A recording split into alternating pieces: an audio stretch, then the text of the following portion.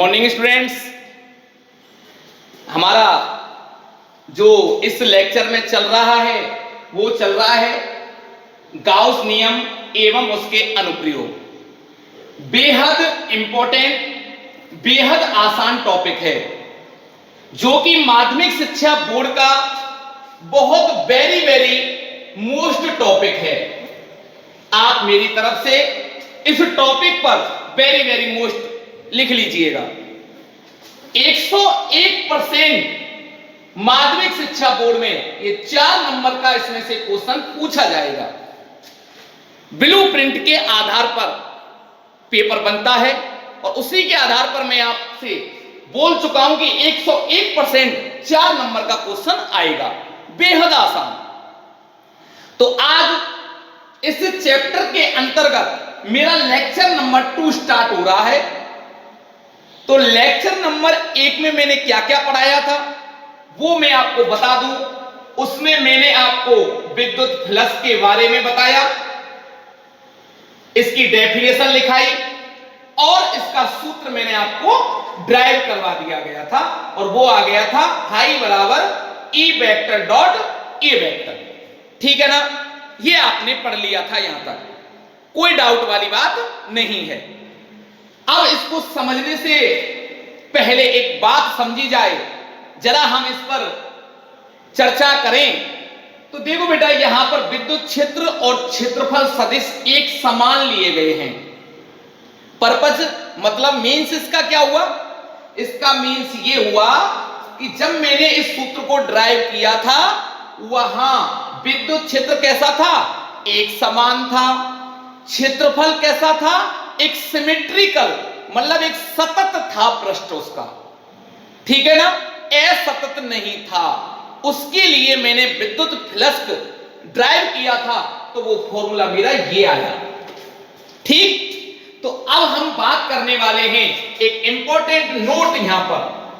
यदि आपका पृष्ठ एक समान ना हो, असतत हो, ठीक है ना, और विद्युत क्षेत्र भी एक समान ना हो, तो उस कंडीशन में मैं फाई की वैल्यू कैसे निकालूंगा? तो देखो बेटा, इंपॉर्टेंट नोट, यदि विद्युत क्षेत्र एक समान ना हो या पृष्ठ असतत हो, असतत हो, राइट? तो देखो भैया कैसे बनाए असतत पृष्ठ को। हो गया, ठीक है ना। तो सतत पृष्ठ कैसा होता है जरा ध्यान रखो, मैंने आपके लिए वलय बनाई थी एक शक्ति, ठीक है ना, वृत्ताकार कोई भी हो, एक सिमेट्रिकल हो, सिमेट्री हो उसकी, सतत हो, उसके लिए निकलवाया था। ये असतत है, ठीक है ना। तो इस कंडीशन में आपको क्या करना है उसको जरा ध्यान रखें।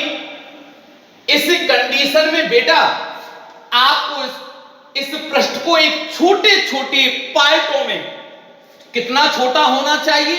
बिल्कुल अति अल्प होना चाहिए, लेकिन उसकी वैल्यू 0 ना हो, इस बात को ध्यान रखना है आपको, ठीक है ना। तो एक छोटे छोटे एलिमेंटों में मैंने, एलिमेंट मतलब उसके पार्ट, उसके भाग, उसमें इसको डिवाइड कर लिया, ठीक है ना।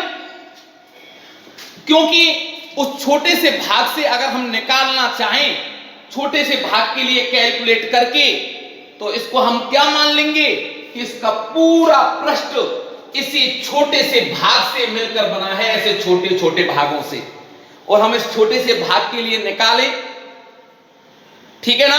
और तो संपूर्ण के इस छोटे से भाग के लिए हमने विद्युत फ्लक्स निकाल लिया। अब पूरे के लिए निकालना चाहूंगा तो क्या करूंगा? आपने पढ़ा है समाकलन सतत योग गुणधर्म से, उसका हम इंटीग्रेट कर देंगे या समेशन करके जोड़ देंगे तो संपूर्ण के लिए निकल आएगा, राइट?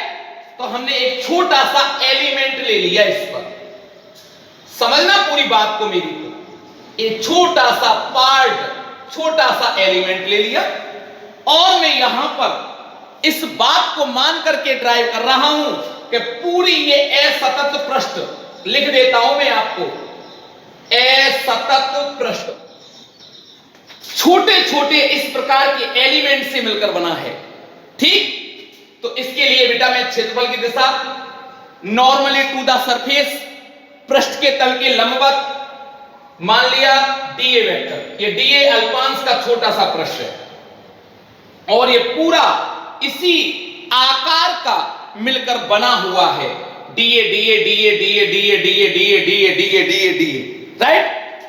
विद्युत क्षेत्र ई वेक्टर और ये क्या हो गया मेरा एंगल बीच का थीटा। कोई डाउट वाली बात नहीं है। जरा देखें आप इसको, तो इस पृष्ठ से इस पूरे पृष्ठ के लिए निकालना है, तो इसको पूरे पृष्ठ के लिए निकालने के लिए सबसे पहले क्या किया जाएगा, छोटे से अल्पांश के लिए निकालें। तो देखो बेटा, अल्पांश, अल्पांश से गुजरने वाला विद्युत फ्लक्स क्या होगा बताओ जरा। तो ये होगा बेटा डी फाई होगा, अल्पांश ही होगा। अल्पांश किसको शो करता है, अल्पांश ये जो डी लिखा हुआ है ना, ये अल्पांश को शो करता है, ठीक है ना। एक बात और ध्यान रखना, ये छोटा सा अल्पांश हो गया, बहुत छोटा। डेल्टा होता तो बड़ा अल्पांश होता, ठीक है ना। छोटे से अति सूक्ष्म अल्पांश को व्यक्त करता है, अति सूक्ष्म अल्पांश। तो इस छोटे से अल्पांश से गुजरने वाला विद्युत फ्लक्स मतलब विद्युत क्षेत्र रेखाएं, विद्युत क्षेत्र रेखाएं, क्या फॉर्मूला होगा, ई वेक्टर डॉट डीए वेक्टर। छोटे से, अब पूरे के लिए किया जाए, पूरे के लिए तो क्या करेंगे, जब एक के लिए इतना आ रहा है तो पूरे के लिए सभी को जोड़ देंगे, ठीक है ना। तो फिजिक्स में क्या कर लेते हैं, उसका क्या कर लेते हैं, समाकलन कर लेते हैं, और उसे बोला जाता है समाकलन, समाकलन सतत योग फल गुणधर्म से, गुणधर्म से, ठीक है ना। तो संपूर्ण पृष्ठ से अब क्या लिखेंगे, संपूर्ण पृष्ठ से गुजरने वाला विद्युत फ्लक्स, राइट। तो क्या करना होगा बेटा, फाई इंटीग्रेशन डी फाई, ठीक है ना भैया। डी फाई की वैल्यू रख दें जरा, तो फाई बराबर इक्वल टू क्या आ गया बेटा, ई vector dot D vector. Clear. अब देखो संपूर्ण पृष्ठ से, लेकिन ये जो पृष्ठ मैंने इस प्रकार से किया है, बहुत अच्छी बात बता रहा हूं मैं आपको, ये जो सरफेस है मेरा, ये 2D में विजुलाइज कर रहे हैं अपन। 2D का बात करें तो 2D की मैं आपसे बात करूं, एक पृष्ठ है, ठीक है ना। जैसे आप इसको ले लो, चाहे ये सिक्का है, सिक्का, ठीक है ना। इसकी मोटाई बहुत कम है, ओनली परत परत को कंसीडर कर रहे हैं। इसका जो डायमीटर है उसकी तुलना में इसकी मोटाई कम है, ये 2D में काउंट होगा, 2D में, राइट। तो इस 2D के लिए मुझे विद्युत फ्लक्स जब भी ज्ञात करना हो तो आपको इस प्रकार से करना है, ठीक है ना। अब संपूर्ण पृष्ठ की बात करें, संपूर्ण पृष्ठ के लिए निकालें। संपूर्ण पृष्ठ कैसा हो, पूरा क्लोज हो, बंद हो। जैसे ये विद्युत बल्ब देखो, विद्युत बल्ब ये है, एक सिमेट्रिकल इस आकृति का है, इस प्रकार का, समझ में आ गई ना। अच्छा, इसके अंदर तो मैं जा नहीं सकता, इसके बाहर से इसको कंसीडर करूंगा। तो संपूर्ण बंद पृष्ठ के लिए किसमें कंसीडर करूंगा इस स्थिति में, इसको 3D में, किसमें, 3D में कंसीडर करूंगा। तो देखो बेटा, संपूर्ण बंद पृष्ठ के लिए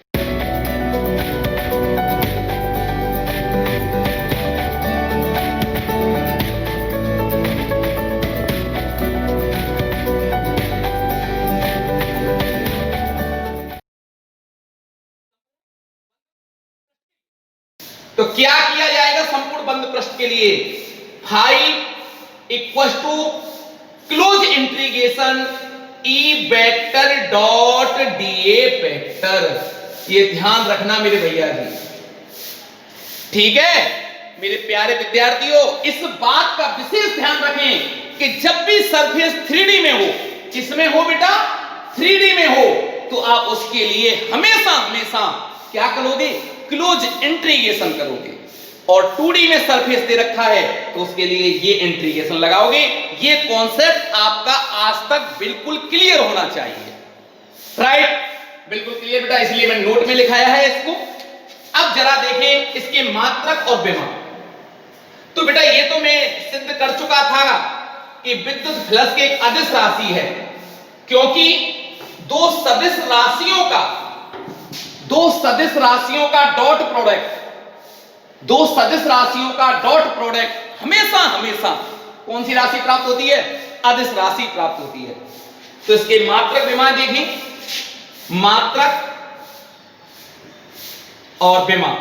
तो पहले अपन मात्रक को कंसीडर करें, तो भाई बराबर क्या आता है बेटा, ई ए। ई का मात्रक बोलो, volt upon metre into metre square, ठीक, मीटर से मीटर एक कैंसिल आउट, क्या बचा, वोल्ट इनटू मीटर। क्लियर, ये इसका क्या हो गया बेटा, मात्रक। ध्यान रखना, ठीक है ना, इसको मैं ऐसे भी लिख सकता हूं Bn। बात आती है बेटा विभव की, तो विभव जरा कैसे निकालोगे। मेरा लेक्चर नंबर 4 में पहले चैप्टर का 4 लेक्चर देखना, मैंने आपको 5 मात्रक विभव लिखा रखे और मैंने वहां पर आपसे एक वादा किया था कि आप इन 5 मात्रक विभवों को लर्न कर लो। 12th क्लास के पूरे मात्रक विभवों को मैं इन्हीं से पढ़ा दूंगा। किया था नहीं किया था बताओ आप, राइट। तो देखो वोल्ट मैंने आपको बताया था, वोल्ट किसका मात्रक है, V बराबर होता है W upon Q not, joule upon coulomb. Her chapter में पढ़ाऊंगा इसको, शुरू में विद्युत विभव ही आता है, या न्यूटन अपॉन कूलम से भी आप निकाल सकते हो इसको, कोई दिक्कत वाली बात नहीं है। तो यहां पर ये ज्यादा इजी रहेगा, V बराबर होता है W upon Q not, joule. किसका मात्रक है, जूल, ऊर्जा का। तो ऊर्जा की विभव देखें, M1 L2 T-2, ठीक है ना, अपॉन आवेश A1 T1, मीटर L1। इसको सॉल्व कर लीजिएगा, बड़ा ब्रैकेट M1, राइट, ये किसका निकाला है मैंने, B का, जूल अपॉन कूलम, मीटर ये हो गया, ठीक है ना। L क्या हो गया, L3, L2 और L1 L3, T-3, ये ऊपर गया माइनस का और ये माइनस हुआ, और बड़े ब्रैकेट में बंद कर देते हैं, कभी भी कोमा नहीं लगाते, ध्यान रखना, कैपिटल लेटर में लिखते हैं MLT। अतिरिक्त कोई राशि होती है, 7 हमारी मूल राशियां होती हैं, उन्हीं के आधार पर हम विमीय सूत्र ड्राइव करते हैं, बनाते हैं, ठीक है ना। चलो इसको आप नोट कर लीजिएगा। इसके बाद हम एक फर्स्ट क्लास न्यूमेरिकल हैं आपके, उदाहरण एग्जांपल नंबर 1, 2, 3, वो अभी कराते हैं, ये नोट करें जरा।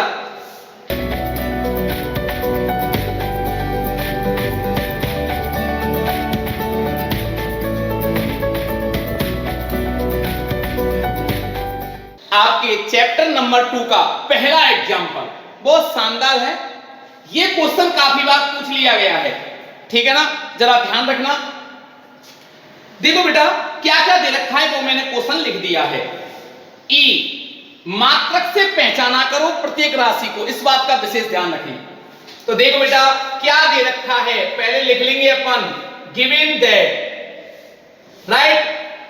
तो ई दे रखा है बेटा, क्वेश्चन से सबसे पहले उन वैल्यूओं को लिखें जो दे रखी है। 200 आई कैप, 300 जे कैप। मात्रक क्या दे रखा है बेटा, वोल्ट पर metre. A vector equal to 5 × 10⁻³ J cap, ठीक है ना, मीटर स्क्वायर। और क्या पूछ रहा है, पारित फ्लक्स। पारित मींस क्या होता है, उस क्षेत्रफल से गुजरने वाली विद्युत क्षेत्र रेखाओं की संख्या पूछ रहा है, राइट, जिसे हम विद्युत फ्लक्स कहते हैं। तो जरा देखें। अच्छा, सबसे पहले आप ये देखो कि ये E और A किस में दे रखे हैं, वेक्टर फॉर्म में है कि थीटा वाले टर्म में है, अदिश गुणन में, अच्छा किस में दे रखे हैं, ठीक है ना, ये देखा जाएगा। तो सबसे पहले वेक्टर फॉर्म में दे रखे हैं। तो वेक्टर फॉर्म में फॉर्मूला क्या होता है, phi equal to E vector dot A vector. जरा E की वैल्यू देखें, 200 I cap 300 J cap dot E vector, A vector की वैल्यू लिखो 5 इंटू 10 की पावर -3 J कैप। बेटा एक बात का विशेष ध्यान रखना आप लोग, बायो वाले स्टूडेंट्स, ठीक है ना, मैथ्स में तो ये प्रश्नावली हैवी है और वैसे मैंने 11th में भी पढ़ाया है आपको। I cap dot I cap equal to 1 होता है, J cap dot J cap भी 1 होता है, और I cap dot J cap मेरा 0 होता है। ठीक कैसे होता है वो मैं आपको बता चुका हूं। इसमें थीटा 0 आएगा तो I कैप का परिमाण 1, I कैप का परिमाण 1, cos 0 की वैल्यू 1, इसमें 90 होता है तो cos 90 की वैल्यू 0। तो जरा इसका डॉट गुणन करें, डॉट प्रोडक्ट करें, J का I के साथ मैंने मल्टीप्लाई किया तो क्या आया 0, J cap dot I cap 0 plus J cap dot J cap 1, इसका मल्टीप्लाई करें 1500 इंटू 10 की पावर -3, इससे ये 2 0 कट गई तो 1.5 एक बचा, नीचे आया 1.5, और मात्रक बोले बेटा विद्युत फ्लक्स का वोल्ट इंटू मीटर। क्लियर? मैं ये आशा करता हूं कि बिल्कुल अच्छा समझ में आ रहा होगा, शानदार, कोई डाउट वाली बात नहीं है। ठीक बेटा, ये नोट करें।